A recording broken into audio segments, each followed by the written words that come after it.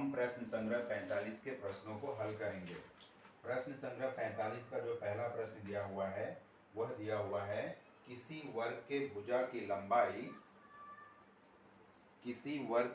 की लंबाई 12 सेंटीमीटर हो तो उसका क्षेत्रफल ज्ञात करो।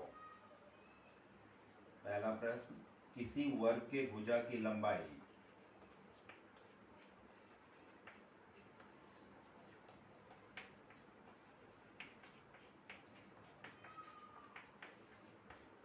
बराबर 12 सेंटीमीटर दिया है और उसका क्षेत्रफल ज्ञात करना है। तो वर्ग का क्षेत्रफल बराबर क्या होता है? क्षेत्रफल बराबर भुजा गुणे भुजा। वर्ग का क्षेत्रफल बराबर भुजा गुणे भुजा, या भुजा का वर्ग भी लिख सकते हैं हम। तो यहाँ पे हमको दिया है लंबाई 12 सेंटीमीटर है, इसमें ये हमारा वर्ग है, इसमें सभी भुजाएं बराबर होती हैं। यदि ये 12 सेंटीमीटर दिया हुआ है तो सभी भुजाएं बराबर होती हैं, तो क्षेत्रफल क्या हो जाता है? भुजा गुणे भुजा यानी 12 गुणे 12। तो 12 गुणे 12, यहाँ सेंटीमीटर भी लिख लीजिए, 12 सेंटीमीटर गुणे 12 सेंटीमीटर। तो ये कितना हो जाएगा? 12 का 12 में हम गुणा करेंगे तो 144 हो जाता है। सेंटीमीटर सेंटीमीटर यानी वर्ग सेंटीमीटर, इकाई बराबर लिखना है आपको, यहाँ पे आएगा वर्ग सेंटीमीटर। ये हमारा उत्तर हो जाएगा। दूसरे प्रश्न में हमें दिया हुआ है, देखिए, किसी आयत की लंबाई 15 सेंटीमीटर तथा चौड़ाई 5 सेंटीमीटर हो तो आयत का क्षेत्रफल ज्ञात करो। लंबाई 15 चौड़ाई 5 दिया हुआ है। तो पहले हम एक रफ आकृति बना लेंगे।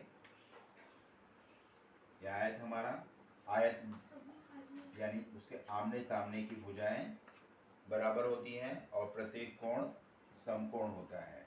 ये हमारा आयत है। इसमें हमें दिया हुआ है लंबाई 15 सेंटीमीटर दिया है और चौड़ाई 5 सेंटीमीटर दिया हुआ है।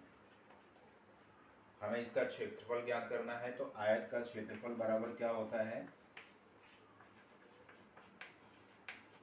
आयत का क्षेत्रफल बराबर लंबाई गुणे चौड़ाई। अब यहाँ पे हम मान रख लेंगे, यह आयत जो दिखाई पड़ रहा है तुमको, इसमें लंबाई कितना दिया हुआ है? 15 सेंटीमीटर गुणे चौड़ाई कितना दिया है? 5 सेंटीमीटर। 15 पचे 75 वर्ग सेमी। इसमें भी वर्ग सेमी आएगा या वर्ग मीटर आएगा। तो इस तरह से हमारा उत्तर आ गया 75 वर्ग सेमी। अब तीसरा प्रश्न देखिए, किसी आयत का क्षेत्रफल 102 वर्ग सेमी है, आयत की लंबाई 17 सेंटीमीटर है, तो आयत की परिमिति ज्ञात करो। आकृति हम रफ आकृति बना लेते हैं यहाँ पे आयत की। ये हमारा आयत है। किसी आयत का क्षेत्रफल 102 सेमी, यहाँ पे हमें दिया क्या है? क्षेत्रफल बराबर 102 वर्ग सेमी और आयत की लंबाई 17 सेंटीमीटर है, ये 17 सेंटीमीटर है। तो आयत की परिमिति ज्ञात करो। अब इस आयत की परिमिति ज्ञात करना है। परिमिति मतलब भुजाओं का योग। इसमें हमें लंबाई दिया हुआ है, हमें लंबाई दिया हुआ है 17 सेमी, चौड़ाई हमें नहीं मालूम है, चौड़ाई हमें नहीं मालूम है, तो हम परिमिति भी नहीं ज्ञात कर सकते। इसका मतलब हमें क्या ज्ञात करना है? पहले हमें चौड़ाई ज्ञात करना है इसकी। तो आयत का क्षेत्रफल बराबर क्या होता है? क्षेत्रफल बराबर लंबाई गुणे चौड़ाई। यहाँ पे आयत का क्षेत्रफल कितना दिया हुआ है? हमको दिया हुआ है 102। यहाँ पे क्षेत्रफल की जगह 102 लिखेंगे। लंबाई हमको 17 दिया हुआ है, चौड़ाई हमें नहीं मालूम है, मान लेते हैं हम इसका चौड़ाई x है। तो यहाँ पे x रख दें चौड़ाई की जगह पे। अब हमें x का मान ज्ञात करना है, तो x बराबर कितना हो जाएगा 102/17। अब 17 से काट देंगे, 6 भाग जाएगा, x बराबर कितना आया 6। चौड़ाई हमारी कितनी आ गई, चौड़ाई बराबर 6 सेमी आ गया। अब परिमिति हम ज्ञात कर लेंगे, चौड़ाई मालूम पड़ गया, लंबाई मालूम है, तो आयत की परिमिति बराबर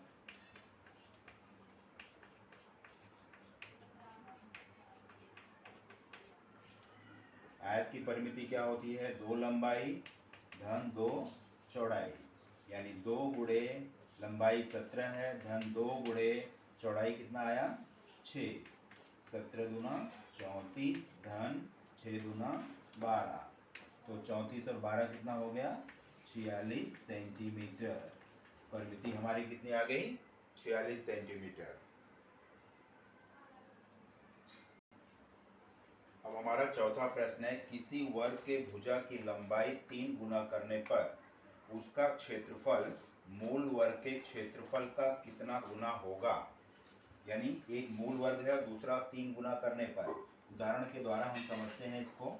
2 वर्ग बनाते हैं, एक की लंबाई हम x रखते हैं और दूसरे की लंबाई इसकी 3 गुना अर्थात 3x रखते हैं।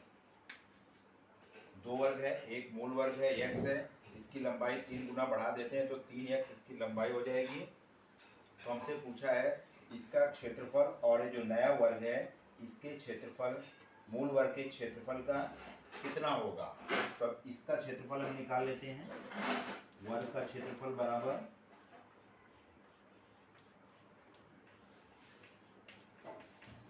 ये हो गया, वर्ग का क्षेत्रफल बराबर कितना हो गया भुजा का वर्ग अर्थात x का वर्ग, इसका क्षेत्रफल x का वर्ग आ गया। इसका क्षेत्रफल देखते हैं,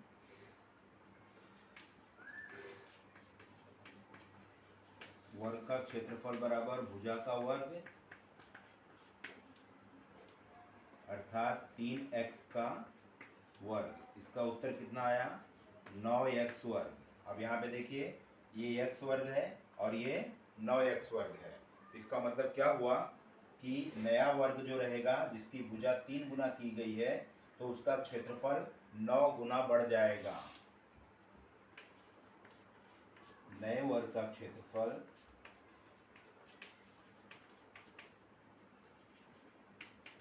मूल वर्ग के क्षेत्रफल से